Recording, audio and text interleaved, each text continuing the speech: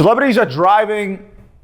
The fuck are they driving? It's no secret that celebrities do drive eyes to particular products and in turn sell products by something as simple as wearing a particular hat, a pair of socks, or a watch. So today I'm going to show you some watches that celebrities are actually wearing and what the market price of them is. I'm going to start with Luke Combs, a big country star. And when I say big country star, I mean he is a big country star, but he's also a pretty big guy. And what does a big guy do? Who does he reach out to when he wants a dress watch? But it might be too small because most dress watches are going to be under 40 millimeter marks, 36, 37, maybe 38 millimeters. Very rarely do you find dress watches that are 40 millimeters plus. But the one brand that does it well, that's Lange. While most will like me to call it Langenzunen, but I'm not German, so I'm just going to call him Lange. Recently, he was seen wearing a Lange time zone. Not this particular one. His was a little bit more special because it had a baguette bezel. Diamond encrusted Langes are as rare as they come, but the concept is the same. What you're looking at here is a world time. This happens to be a platinum version. Current market price on this watch, anywhere from $38,000 to $45,000, depending on condition, how complete it is.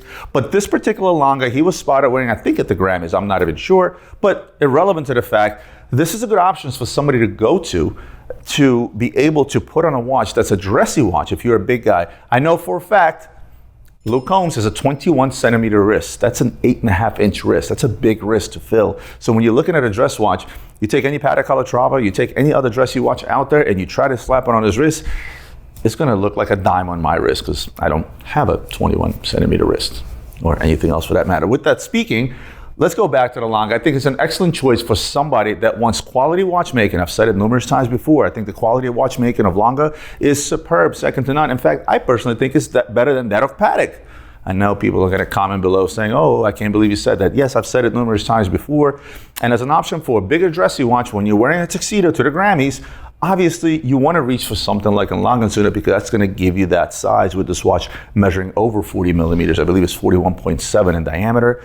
It's got a nice heft to it in platinum. And when you add a baguette bezel to it like he did, lights out. Speaking of big guys, let's talk about Will Ferrell. What's he, like 8'2"? He's probably one of the tallest comedians out there. One of the funniest guys out there, that's for sure. Love a lot of his movies. Now, a lot of times you'll find celebrities wearing watches and you're saying to yourself, like, wait a minute, Roman, why would this guy can afford so much more? Why is he wearing this quote unquote relatively cheaper watch? This watch market price anywhere from $700 to $7,500, right?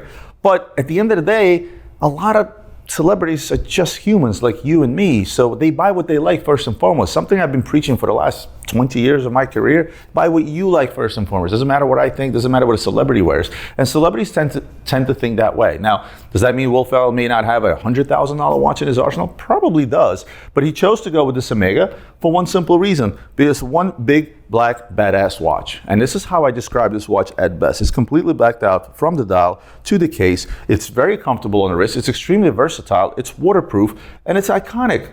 Omega Seamaster is one of the iconic watches out there, right alongside with Speedmaster or Rolex Submariner, if you will. So if I am a watch collector, if I'm someone into watches, does it really matter that I can afford a $100,000 or $200,000 watch? If I happen to like this Omega Seamaster and I can pick it up anywhere from $700 to $7,500, why am I not going to do that? Again, remember, these guys are humans just the same. In my industry, we have met plenty of celebrities. We have sold watches to plenty of celebrities. And the rule of thumb for myself and my entire sales team is that you treat them the same way you treat any other human being, because that's what they are. They're human beings. Most of them are very, very humble. Most of them are not really too fond of being a celebrity and what it all brings and the type of chaos it can bring when a celebrity walks into a room. It's just that. It's just them being human and them buying what they like first and foremost. So price is not necessarily a factor when it comes to them purchasing particular watches. I'm going to go back to the office to Jon Krasinski.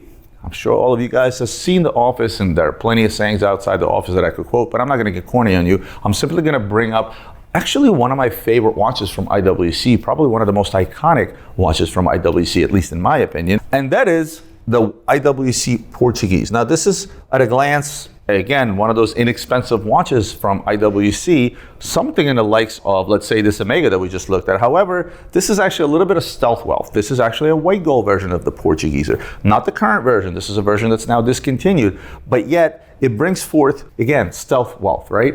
It's a white gold watch, and nobody necessarily thinks it's a white gold watch.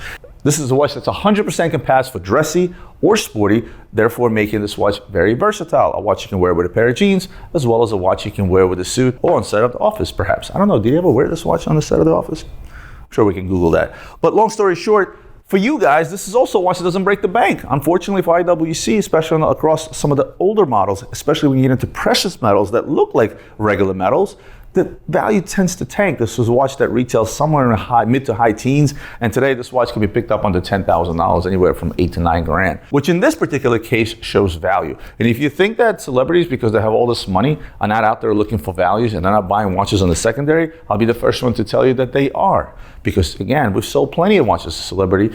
A majority of them are actually not brand new watches, they're actually pre-owned watches or vintage watches, or watches that are just of value, because at the end of the day, we're all human, and every human, regardless of how much money you have, is always out there looking for a deal. And this particular watch, if I had to guess, if you walked into a boutique and paid full list for it, probably be a bit of a dumb move, because you can certainly take the hit away right away just by going to the secondary, especially in a lot of these Portuguese models. But personally, I happen to love the watch, the entire history of the Portuguese. Next we have Jon, can I do this? Jon Cena. No, I'm gonna definitely suck at that. I'm gonna leave that to them, the professionals. I'm not a wrestler, if you will, nor am I an actor for that matter. But this goes to another big fella. And this guy, when I say he's a big fella, he's, you know, a guy you don't want to run into in a dark alley, because it could be scary with a guy like that. You know, I think his bicep is bigger than my head. But Jon Cena decided to go with Rolex. He went with the Rolex Explorer 2 polar dial, white dial, which I don't think we have here, but just for sake of argument, let me throw his black dial counterpart onto the table. Again, a watch you'll pick up anywhere from $10,000 to $12,000 on the market. And you know what? This was, if I had to guess, this was his way saying, you know what? Rolex is recognizable. I'll go with Rolex because Rolex is number one and Rolex is king, but I'm going to go with something slightly different, not the usual suspects, not the Daytona, for example, or probably the most popular one, the Submariner. I'm going to go with something that's slightly different, and that's the Explorer. I do like that choice, and this goes back to tell you what, that these people are still humans. Rolex being the most popular brand doesn't mean that if I'm a celebrity, I'm not going for Rolex because everybody else wants Rolex. No, they're human beings. Just because everybody else wants Rolex, they also tend to get biased by public opinion. Just because they're the celebrity, they can in turn bias us based on what they wear, be it a watch, sneakers, or a shirt. They can just the same be biased by others or be biased by the market. There's a reason Rolex is number one. There's a reason why you see all of these celebrities wearing Rolex, is because it is the most popular brand. So just because he's a celebrity, why shouldn't he go for something that is most popular with pretty much every watch collector in the world, and also the most recognizable model? So now he's recognizable. The watch is recognizable. It's a win-win as far as I'm concerned. So yeah, I'm not surprised seeing him wearing a Rolex. I'm not surprised seeing the likes of Mark Wahlberg having a significant part of his collection being Rolexes.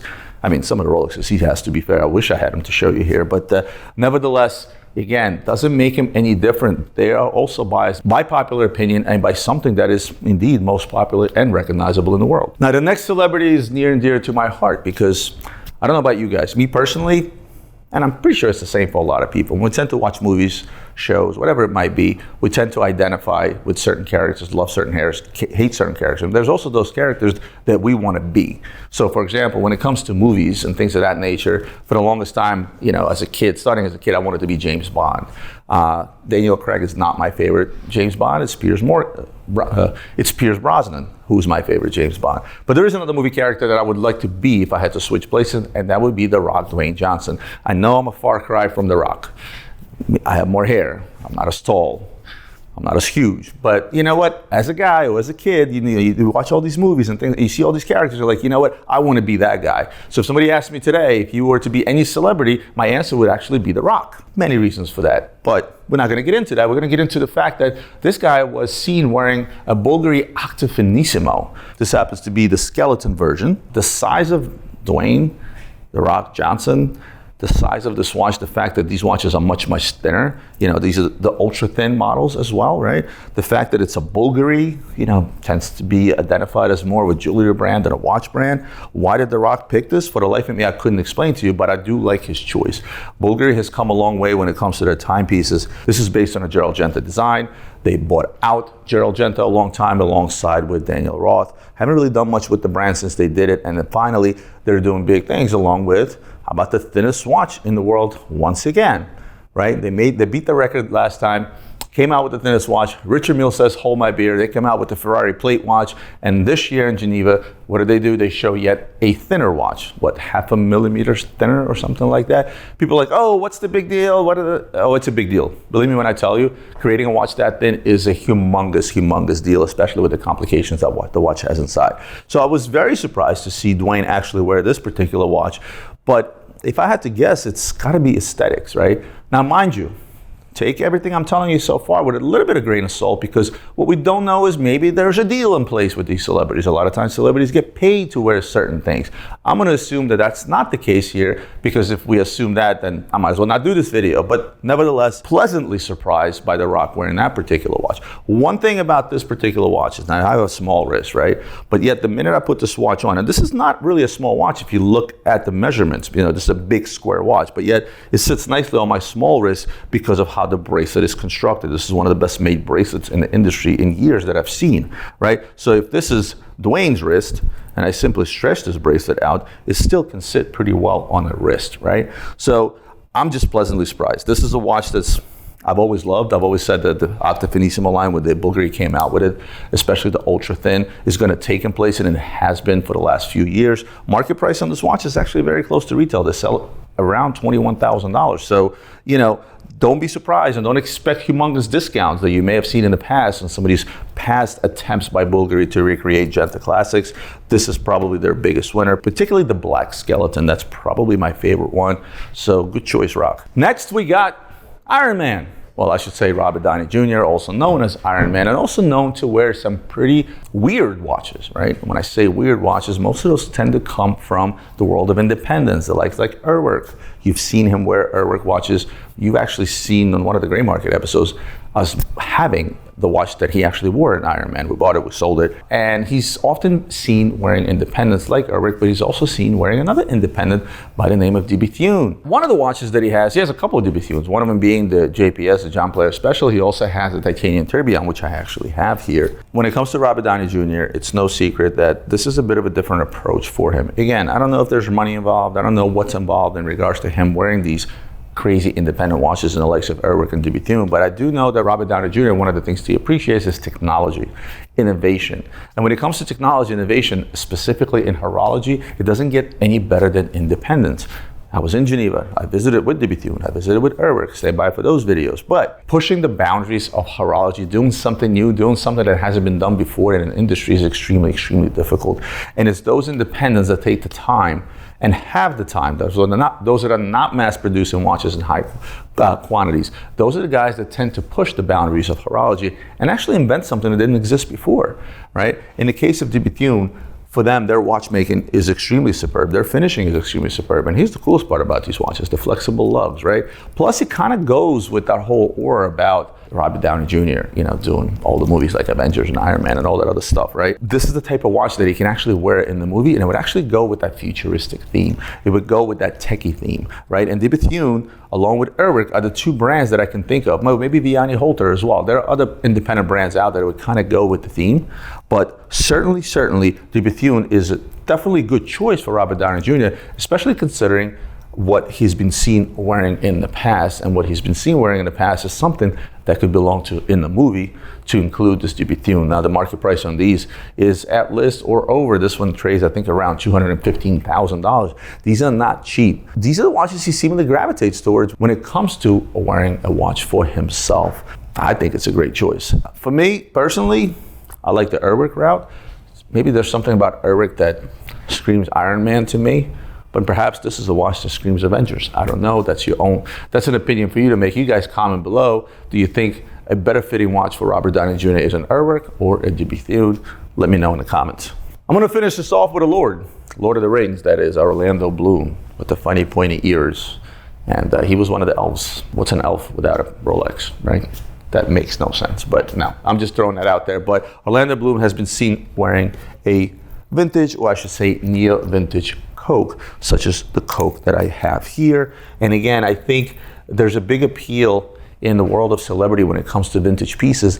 Although majority of the major celebrities tend to gravitate towards something that's super rare, towards something that is impossible to get and super expensive. But what happens if you don't want to spend X amount of money, like X amount of money on some crazy vintage piece, like a Patek that Drake recently bought. What if you just want to have a run-of-the-mill watch and what interests you is just vintage pieces or near vintage pieces? Then you have access to pieces such as this Coke. You have access to older vintage Submariners. You have access to older vintage Explorers and things of that nature, because a lot of these celebrities, they have a certain vibe about them. And if you're a t-shirt, if you're a vintage leather jacket kind of guy, and you want to put on a matching vintage or near vintage watch, Rolex is the perfect place to go to without breaking the bank. You can pick up this vintage 1675 anywhere from $11,000 to $15,000, depending on the condition, how complete it is, etc. Right? So again, there are levels to this stuff. And one of the things you guys have to realize is that just because you're a celebrity, just because you have a lot of money, and you decide to go out there and get one of the most rarest watches out there, sometimes it doesn't matter how much money you have or status you have, they may not be available. Because what makes a watch rare is the fact that there's very little of them on the market. The Patek that Drake bought, or was it Jay-Z? I think it was both, right? I think Drake bought a vintage Patek, so did Jay-Z, and then he bought some crazy vintage Rolex. Irrelevant, right? Let's say there's only 3 of those in the world, and you want to go out there and get one, and you're a billionaire, and you want that watch, and you go up to a guy like Jay-Z or Drake, say, hey, I want to buy your watch, I don't care what it costs, and Drake tells you to fuck off, what are you going to do? Sometimes this stuff is just not available. And again, do you really want to be wearing a multi-million-dollar vintage watch on a daily? Or do you want to save it for special occasions? So if you're a vintage person, oftentimes I see celebrities turning to vintage, near vintage.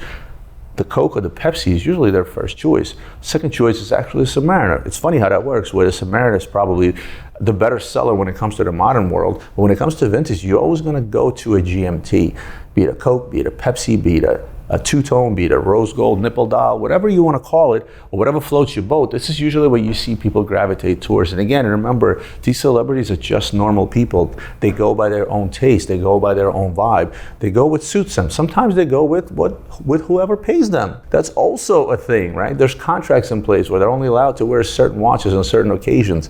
And I know plenty of celebrities we've sold watches to that are actually not even allowed to wear a particular brand for a certain amount of time until their contract runs out with the brand they may be in contract with. But I think in the case of Orlando Bloom, this was a clear-cut case of, hey, I want a vintage beat-around watch, and I completely agree with him reaching for that particular watch because it's a looker, it's recognizable, but yet it's that neo-vintage vibe that doesn't break the bank, because at the end of the day, it doesn't matter how much money you have, you still want to be sensible with your money. And even though all these celebrities that I've just mentioned could probably buy this entire table at the same token, it's not about that for them. It's about their personality. It's about what they like. They are buying what they like first and foremost, what represent them, and what just may be, hey, this is my knockaround watch, or this is my big watch. You never know how many celebrities are out there where the most expensive watch they own may be an Omega, maybe an older, cheaper Rolex, or may just be a Timex. But I've always been saying this, I've been saying this for a year, and I still urge you to do the same. Get out there, buy what you like first and foremost. There's nothing wrong with being biased by what certain celebrities that you may admire wear, whether they're in the music space, the movie space, or the YouTube space, right? I do this on my own. There have been many times where I've seen a certain celebrity that I happen to like wear something, be it clothing, be it a car, or be it a watch, and I've been biased by that, but that's also human nature, and there's absolutely nothing wrong with it. I hope you guys enjoyed today's episode in regards to some of these celebrity pieces. Some maybe not so affordable, some actually very affordable, but nevertheless all cool in their own ways, much like the celebrities I discussed. If you have the time, please click the subscribe button if you're watching this and not a subscriber. Hit the like button, share this with your friends who you think may enjoy this content, and I'll see you in the next one.